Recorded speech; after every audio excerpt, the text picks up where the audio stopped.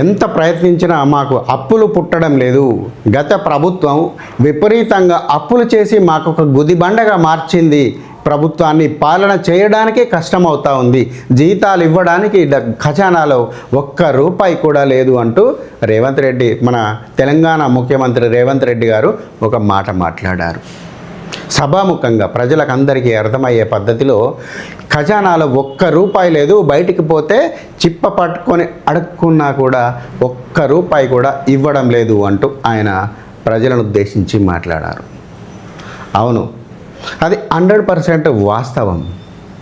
అది చెప్పాల్సిన బాధ్యత కూడా ఒక ముఖ్యమంత్రిగా అప్పులు కూడా పుట్టడం లేదు అని చెప్పాల్సిన బాధ్యత కూడా ఆయనపై ఉంది. అది ఎంత మాత్రము తప్పు కాదు. ఎందుకంటే అప్పులు తెచ్చి ప్రభుత్వాన్ని నడపడం అనేది 100%, 100% తప్పైన పద్ధతి, కుదరని పద్ధతి అప్పులు చేయడం అనేది. అయితే ఇక్కడ అప్పులు చేయడం తప్పైన పద్ధతి అన్నప్పుడు కేవలం ఒక రాష్ట్ర ప్రభుత్వమే అప్పు చేస్తుందా, కేంద్రం అప్పు చేయడం లేదా, మిగతా రాష్ట్రాలు కూడా అప్పులు చేయడం లేదా అనేది మనం తెలుసుకునే ప్రయత్నం చేద్దాం. ఇక్కడ కేంద్రం చేస్తుంది అప్పులు, రాష్ట్రం చేస్తుంది, అన్ని రకాలుగా ఇతర రాష్ట్రాలు కూడా అప్పులు చేస్తూ ఉన్నాయి. దానికి సంబంధించిన లెక్కల ప్రకారంగానో లేకపోతే వాళ్ళ యొక్క ఆదాయపరంగానో అప్పులను తీసుకొచ్చి సంక్షేమ కార్యక్రమాలు చేస్తూ తదనంతర కాలంలో వచ్చే రెవెన్యూ ఆధారంగా ఆ అప్పులను తీర్చే ప్రయత్నాలను ప్రభుత్వాలు చేస్తూ ఉన్నాయి. ఒకసారి మనం కేంద్రం ఏ విధంగా అప్పులు చేస్తూ ఉంది, రాష్ట్రం ఏ విధంగా అప్పులు చేస్తూ ఉంది, మనము ఒకసారి డిస్కషన్ చేద్దాం.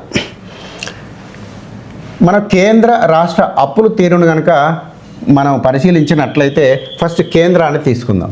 కేంద్రం చేసే అప్పుల విషయంలో ఎక్కువ శాతము రోడ్ల కోసం అప్పులు చేస్తూ ఉంది. రోడ్ల డెవలప్మెంట్ అంటే ఇప్పుడు మన కన్యాకుమారి నుంచి కాశ్మీర్ వరకు నేషనల్ హైవే 44ను దాదాపు 3600 కిలోమీటర్ల దూరంగా ఆ హైవేను నిర్మించింది. ఎక్కడిచ్చి డబ్బులు, అప్పులు తీసుకొచ్చి, దాదాపు అప్పు తీసుకొచ్చి ఈ రోడ్డును అప్పటి కాంగ్రెస్ ప్రభుత్వం నిర్వహించింది. దీనికి దాదాపు ఈ అప్పు యొక్క ఉద్దేశము రోడ్డు అంటే మౌలిక వసతులు డెవలప్మెంట్ ఆధారం చేసుకొని రోడ్లు నిర్వహించింది.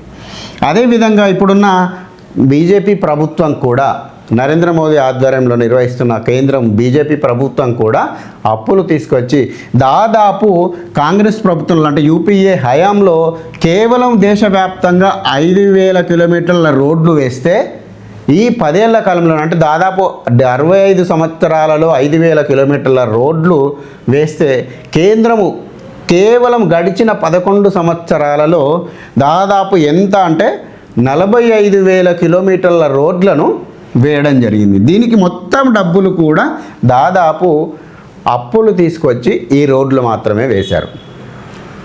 ఈ రోడ్లు అయితే రోడ్లు వేసడమే కాదు, ఈ రోడ్డును వేసి ఒక కొత్త పద్ధతిని పాటించడం మొదలుపెట్టారు. టోల్ ట్యాక్స్ పెట్టారు. దీనికి ఈ రోడ్లకు టోల్ ట్యాక్స్ పెట్టారు. టోల్ ట్యాక్స్ పేరు మీద దాదాపు 30 సంవత్సరాలు ఎవరైతే ఆ రోడ్డును ప్రజలు ఉపయోగించుకుంటున్నారో వారి వాహనాలకు నిర్ణీత రుసుము ప్రవేశపెట్టి ఆ రుసుమును వసూలు చేసి దీని మీదనే అంటే ఇప్పుడు ఏదైతే మనకిప్పుడు కరీంనగర్ నుంచి హైదరాబాద్ నుంచి మంచిర్యాల వరకు state highway Rajiv Gandhi highway ఏదైతే రోడ్డును వేశారో ఆ రోడ్డులో దాదాపు 3 టోల్ ట్యాక్సులు ఉన్నాయి. ఈ 3 టోల్ ట్యాక్సుల్లో వసూలైన సొమ్ము ద్వారా ఈ రోడ్డు కోసము తీసుకున్న రుణానికి జమ చేసి అప్పును కడతారు. అంటే దాదాపు 30 సంవత్సరాల పాటు ఈ రోడ్డు యొక్క అప్పును అంటే ప్రజలే కట్టుకుంటారు. ఇక్కడ కేంద్రం అప్పు తీసుకొచ్చింది, రోడ్డు వేసింది, కట్టడం మాత్రము ప్రజలు డైరెక్ట్గా ఆ రోడ్డును వినియోగించుకున్న వినియోగదారులు, వాహనదారులు ఎవరైతే ఉన్నారో వాళ్ళు టోల్ ట్యాక్స్ రూపేణా దానికి తిరిగి రిఫండ్ అవుతుంది. ఆ యొక్క అప్పు తీరడానికి ఆస్కారం ఉంటుంది. అంటే ఈ అప్పును కేంద్రం తెస్తున్న అప్పు రోడ్ల కోసం వినియోగిస్తుంది. ఆ రోడ్లను కూడా ఆ రోడ్లు వేసి రోడ్ల మీద టోల్ ట్యాక్స్ పెట్టేసి మళ్ళీ తిరిగి ఆదాయాన్ని సేకరించి ఈ రోడ్డు కోసం వేయడానికి తెచ్చిన అప్పును కట్టడానికి ప్రయత్నం చేస్తూ ఉంది. అదేవిధంగా రైల్వేలు కేంద్రం తీసుకొస్తున్న అప్పుల్లో ప్రధానంగా ఉపయోగించుకుంటున్న వ్యవస్థలో రైల్వేలు కూడా రెండవది. ఈ రైల్వేల ద్వారా కూడా ఆధునీకరించి రైల్వే వ్యవస్థను పెంపొందించి గత 11 సంవత్సరాల్లో దాదాపుగా 100 ప్రత్యేక రైళ్లను ప్రవేశపెట్టడం జరిగింది. వందే భారత్ కావచ్చు, ఇతరత్ర కొన్ని సెక్షన్లు కావచ్చు, కొన్ని కొత్త రైళ్లు కావచ్చు, అదేవిధంగా రైళ్లను కూడా ప్రవేశపెట్టి ఈ రైల్వే వ్యవస్థ కోసం కూడా అప్పులు తీసుకొచ్చింది. ఎందుకంటే దీని ద్వారా కూడా మనకు ప్రభుత్వానికి రాబడి ఉంటుంది. ఇన్కమ్ అంటే ₹1 అక్కడ పెట్టినప్పుడు కనీసము ₹60 70 కంపల్సరీ ఇన్కమ్ జనరేట్ అయ్యి రిటర్న్ వస్తుంది. కాబట్టి రైల్వేల కోసం కూడా దీన్ని అప్పును వాడింది. అదేవిధంగా పోర్టుల డెవలప్మెంట్ సముద్రానికి సంబంధించిన రవాణా వ్యవస్థను అభివృద్ధి పరచడానికి నౌకాయానాన్ని సరుకు రవాణా మెయిన్ పోర్టుల ద్వారా ఎక్కువ శాతం జరిగేది. మనుషుల రవాణా కంటే సరుకు రవాణా విపరీతంగా జరుగుతూ ఉంది. ప్రపంచంలోని ఏ దేశానికైనా సరుకులు ఇవాళ అందుతున్నాయి అంటే అది 90% సరుకులు పోర్టుల ద్వారానే, సముద్రయానం ద్వారానే 90% సరుకు రవాణా జరుగుతూ ఉంది. ఈరోజు ఈ పోర్టుల కోసం కూడా కేంద్ర ప్రభుత్వం అప్పులు తీసుకొచ్చి ఆ అప్పుల ద్వారా పోర్టుల్లో డెవలప్మెంట్ చేస్తూ ఉంది. ఆ పోర్టుల్లో కూడా నిర్ణీత రుసుము ప్రవేశపెట్టి ఆ రుసుము ద్వారా ఏదైతే ఆ పోర్టుకు ఎంతైతే అప్పు చేశామో దాని అకౌంట్కు ఆ యొక్క కలెక్షన్ను వెళ్ళేలా ఏర్పాట్లు చేసి దాన్ని రికవరీ కోసం డెవలప్మెంట్ చేస్తూ ఉంది. అంటే కేంద్రం చేస్తున్న అప్పు ప్రధానంగా మౌలిక వసతుల కోసము కేంద్రము అప్పులు చేస్తూ ఉంది.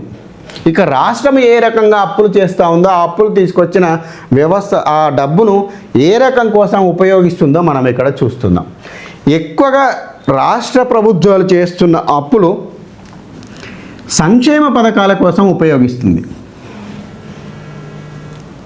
ప్రభుత్వం ఏదైతే సంక్షేమ పథకాలు ప్రజలకు అందించాలని ఆలోచన చేస్తుందో ఆ సంక్షేమ పథకాల కోసం ఎక్కువగా ఖర్చు పెడుతుంది. ఆ సంక్షేమ పథకాలు ఎక్కువగా కూడా ఉచితాలుగా ఉన్నాయి. అందులో మనం ఇప్పుడు కాంగ్రెస్ గవర్నమెంట్ ఏ రకంగా ఫ్రీ చేసింది అన్నది ఆలోచించినట్లయితే బస్సు ఫ్రీ పెట్టింది. మహిళలకు బస్సు ఫ్రీ అంటే నో టికెట్, ఉచిత ప్రయాణం. వాళ్ళందరూ కూడా ఉచితంగానే ప్రయాణం చేస్తారు. ఆ బస్సును మనం కొనాలి, మెయింటైన్ చేయాలి, డీజిల్ ఖర్చు, డ్రైవర్ ఖర్చు, అదేవిధంగా పొంగ టోల్ ట్యాక్స్. ఇప్పుడు రోడ్ల మీద పోతున్నప్పుడు రోడ్లు కూడా టోల్ ట్యాక్స్ కూడా ఆర్టీసీ చెల్లించాల్సిందే ఫ్రీగా కూడా. ఇది రాష్ట్ర ప్రభుత్వమైనా, అది మన ప్రభుత్వమైనా, ఇది మన ప్రభుత్వమైనా కూడా టోల్ ట్యాక్స్ కూడా కట్టాల్సిందే. అంటే ఇక్కడ ఈ మహిళలకు ఫ్రీ పెట్టడం వల్ల దాదాపు 90% ఆక్యుపెన్సీ ఫ్రీగా వెళ్తోంది. 90% ఫ్రీ ఆక్యుపెన్సీ వెళ్తుంది. అంటే దానిలో మనకు ఆర్టీసీ ద్వారా రికవరీ అయ్యే బస్ టికెట్ ఎవరైతే ప్రయాణికులు ఉన్నారో తను కట్టే ఫేరు 90% నిలుపుదల చేయబడింది. దాదాపు ఇది టోటల్గా లాస్గా వెళ్తోంది. అదేవిధంగా రుణమాఫీ, రైతులకు రుణమాఫీ దాదాపు గవర్నమెంటు ఒకప్పుడు రిజర్వ్ బ్యాంక్ నామ్స్ ప్రకారంగా కనీసము ప్రతి 20 సంవత్సరాలకు ఒక్కసారి అయినా కూడా రైతుల యొక్క రుణాలను రీషెడ్యూల్ చేయాలి, వారికి సంబంధించిన రుణాలను మాఫీ చేయాలి అనేది ఒక రిజర్వ్ బ్యాంక్ నామ్ ప్రకారంగా ఉంటుంది. కానీ ఇప్పుడున్న ప్రభుత్వాలు ఇప్పుడున్న రాజకీయ పార్టీలు తమకు అధికారం రావాలనే అత్యాశతో, తామే అధికారంలోకి రావాలనే అత్యాశతో అనేక ఉచిత హామీలు గుప్పిస్తూ రుణమాఫీ హామీని కూడా ప్రతి ఎలక్షన్లలో 5 సంవత్సరాలకు ఒకసారి వాడుతూ ఉన్నాయి. దాంట్లో భాగంగానే మేము రైతులకు రుణమాఫీ చేస్తాం అని చెప్పి చేశారు. గత బీఆర్ఎస్ కేసీఆర్ ఆధ్వర్యంలో నిర్వహించిన 10 సంవత్సరాల కాలంలో రైతులకు ఒక దఫా పూర్తి స్థాయిలో, ఇంకొక దఫా 4 సంవత్సరాలు సంవత్సరానికి ఒక 25,000 చొప్పున రుణమాఫీ 1,00,000 వరకు చేయడం జరిగింది. ఇప్పుడున్న కాంగ్రెస్ ప్రభుత్వం వచ్చిన తర్వాత దాన్ని 2 లక్షల వరకు పెంచి 2 లక్షల వరకు ఉన్న రుణాలన్నీ కూడా మాఫీ చేస్తామని చెప్పేసి ప్రకటించింది. అంటే ఇది ఒక రకంగా చూస్తే మంచి ఉద్దేశము, కానీ ప్రభుత్వానికి దానివల్ల ఎలాంటి ఉపయోగం లేదు. అంటే ఒక రైతుకు ₹1,00,000 యావరేజ్గా చెల్లించినట్లయితే అవేమి రికవరీగా ప్రభుత్వానికి వచ్చే ఆదాయం ఏమీ ఉండదు. అందులో ప్రభుత్వానికి కూడా ఇక్కడ కూడా పూర్తి స్థాయి మైనస్. పింఛన్లు కూడా ఒక నిర్ణీత వయస్సు వారికో, లేకపోతే వృద్ధులకో, కొంతమందికో, లేకపోతే వికలాంగులకు, తాము సొంతంగా బ్రతకలేని వ్యవస్థ ఉన్న మనుషులకో చేయాల్సిన అవసరం ఉన్నది, ఖచ్చితంగా ఉన్నది. అది ప్రభుత్వాలపై కూడా ఉంది. ప్రపంచంలో దాదాపు అన్ని దేశాల్లో కూడా ఇటు వృద్ధాప్య పింఛన్లు లేదా వికలాంగులకు పింఛన్లు లాంటి వ్యవస్థలు ప్రపంచవ్యాప్తంగా ఉన్నాయి, మన దేశంలో కూడా ఉన్నాయి. ఇది కూడా ప్రభుత్వానికి అయితే ఇది ఇక్కడ సంక్షేమ పథకము ప్రభుత్వం నుంచి ఎందుకు ఇస్తున్నారు అనేది కాదు ఇక్కడ క్వశ్చను. కాకపోతే ఏంటంటే ప్రభుత్వం ద్వారా వెళ్తున్న డబ్బులో ఇక్కడ రికవరీ ఉండదు అనే ఉద్దేశం కోసం మాత్రమే పింఛన్లను మనం ఇక్కడ చూపించడం జరిగింది. పింఛన్ల ద్వారా కూడా ప్రభుత్వానికి జీరో ఇన్కమ్, అంటే రూపాయి పోకడనే తప్ప రాకడ ఉండదు. అదేవిధంగా రైతు బంధు, రైతు భరోసా, ఇది గత ప్రభుత్వం బీఆర్ఎస్ ఆధ్వర్యంలో ఎన్ని ఎకరాలు ఉంటే అన్ని ఎకరాలకు దాదాపు మనకి 5 లక్షల లోన్ ఇవ్వండి, 50 ఎకరాలు ఉండని, 100 ఎకరాలు ఉండని రైతు బంధు పేరిట వాళ్ళను కూర్చుండబెట్టి సాధారు. కాకపోతే కొంత గుడ్డిలో మెల్లగా ఇప్పుడు వచ్చిన కాంగ్రెస్ ప్రభుత్వం కొంత అంటే ఫ్రీజ్ చేసి కేవలం ఒక 4 ఎకరాలు, 5 ఎకరాల వరకు, 10 ఎకరాల వరకే అని చెప్పేసి ఒక అంటే ఒక బార్డర్ పెట్టుకొని ఆ బార్డర్ ద్వారా మాత్రము రైతు భరోసా కేటాయించి డబ్బులు రైతులకు ఆదుకుంటా ఉంది. ఇందులో కూడా ఇచ్చిన డబ్బులు వ్యవసాయం ద్వారా రైతు ఆర్థికంగా లాభపడతాడు అనే ఉద్దేశం మంచిదైనప్పటికీ ఇది డైరెక్ట్గా రిటర్న్ అయ్యే అవకాశం లేదు. కాబట్టి ఇందులో కూడా ప్రభుత్వానికి రూపాయి పోకడనే తప్ప రాకడ ఉండదు. అదేవిధంగా ఆసరా పింఛన్లు గత ప్రభుత్వం చాలామందికి మామూలుగా పింఛన్ అని అంటే 58-60 సంవత్సరాల తర్వాత తను పని చేసుకోలేడు కాబట్టి పింఛన్ ఇవ్వాల్సిన అవసరం ఉంది అనే ఉద్దేశంగా పింఛన్ విధానాన్ని ప్రభుత్వాలు తీసుకొస్తూ ఉంటాయి. అవి తన జీవితకాలంలో పనిచేస్తున్న కాలంలో జీతంలో కొంత భాగాన్ని కట్ చేసి పింఛన్ పిఎఫ్ రూపేణా తను కట్ చేసుకొని ప్రభుత్వం దగ్గర జమ చేస్తే అతను రిటైర్ అయినప్పుడు ప్రభుత్వం కూడా కొంత అంటే దానికి సంబంధించిన ఏదైతే ఆయన దాచుకున్నాడో ఆ డబ్బుకు ఇంట్రెస్ట్ కలిపి, వడ్డీ కలిపి ఇచ్చి ఆయన బ్రతికున్నన్ని రోజులు జీవితంలో ఆయనకు కొంచెంగా ప్రతి నెల ఇచ్చేదే ఇక్కడ పింఛన్. అంటే పింఛన్ అనేది ఒక రకంగా ప్రభుత్వానికి ఎలాంటి భారం లేనటువంటి పింఛన్. ఇక్కడ పిఎఫ్ అనేది ప్రభుత్వానికి, మళ్ళీ చెప్తున్నాను గుర్తుపెట్టుకోండి, పింఛన్ అనేది ప్రభుత్వానికి ఎలాంటి భారం లేనటువంటి వ్యవస్థ. కానీ ఇక్కడికి వచ్చినట్లయితే ఈ ఆసరా పింఛన్లు అంటే దీని అర్థము కేవలము గత ప్రభుత్వం బీఆర్ఎస్ ప్రభుత్వంలో చాలామందికి ఆసరా పింఛన్ల పేరిట అతను ముసలోడా, మొడుగోడా, లేకపోతే ఏది అనేది అవసరం లేదు మాకు, ఆయన ఏజ్ ఎంత, ఆయన వయసు ఎంత, ఆయన శారీరకంగా పుష్టిగానే ఉన్నాడా, ఇవేవి అవసరం లేదు, మా కార్యకర్త అయితే చాలు అనే ఉద్దేశంగా పెట్టినదే ఆసరా పింఛన్లు. ఈ ఆసరా పింఛన్లు 20 ఏళ్ళ వాళ్ళకు కూడా పెట్టారు. బీడీలు చుట్టే 20 ఏళ్ళ వాళ్ళకు కూడా, అంటే నువ్వు బీడీలు చుడుతున్నావు కాబట్టి పింఛన్ తీసుకో, నువ్వు కూలిపోతున్నావు కాబట్టి పింఛన్ తీసుకో, నువ్వు ఇంకా వేరే పని చేస్తున్నావు కాబట్టి పింఛన్ తీసుకో. ఇక్కడ రిటర్న్ ఏముండదు. ఇతను ఈ యొక్క లబ్ధిదారుడు ఎవరైతే ఉన్నారో ఈ లబ్ధిదారుడు ప్రభుత్వానికి రూపాయి కూడా కట్టేది ఏమి ఉండదు. మళ్ళీ అది కూడా ఇతనేం వృద్ధుడు కాడు, అంటే తన సొంత పని చేసుకోలేనటువంటి వ్యవస్థలో ఉన్న వ్యక్తి ఏమీ కాదు. కానీ ఇతనికి ప్రభుత్వం పింఛన్ కేటాయించింది. ఆసరా పింఛన్ల పేరిట పింఛన్ కేటాయించింది. ప్రభుత్వ ధనాన్ని ఉచితంగా పంచింది. ఇక్కడ పింఛన్ల పేరిట అంటే పింఛన్ అంటేనే అతని యొక్క భాగస్వామ్యం ఉంటుంది. కానీ ఇక్కడ ఎలాంటి భాగస్వామ్యం లేకుండా, ఎలాంటి రిటర్న్స్ లేకుండా కేవలం ప్రభుత్వమే కల్పించుకొని తన ఖజానాలోంచి ప్రత్యేకంగా డబ్బులను ఇచ్చింది. దాదాపు చాలామందికి కొన్ని 100 కోట్ల రూపాయలు ఉచితంగా పంచింది. ఇదే ఆసరా పింఛన్. అంటే దీనివల్ల కూడా ప్రభుత్వానికి అత్యధిక నష్టం చేకూర్చే యొక్క పథకం.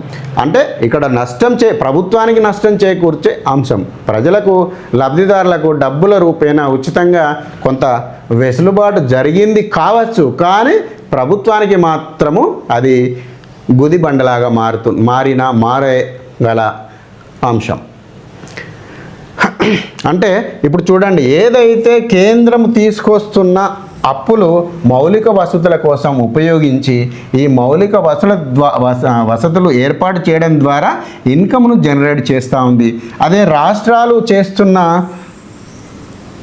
పథకాలు, రాష్ట్రాలు ఉపయోగిస్తున్న అప్పులను, రాష్ట్రాలు తీసుకొస్తున్న అప్పులను ఉచితాల పేరిట, సంక్షేమ పథకాల పేరిట, సంక్షేమ పథకాలు ఉండాల్సిందే, కానీ ఎంతవరకు అనేది ప్రజలు ప్రభుత్వాలు ఖచ్చితంగా ఆలోచించవలసిన అవసరం. ఇప్పుడు ఈ సంక్షేమ పథకం పేరిట ఉచితాలు పంచుతూ ప్రభుత్వాన్ని, ఇటు దేశాన్ని కూడా అప్పుల పాలు చేస్తూ ఉన్నారు.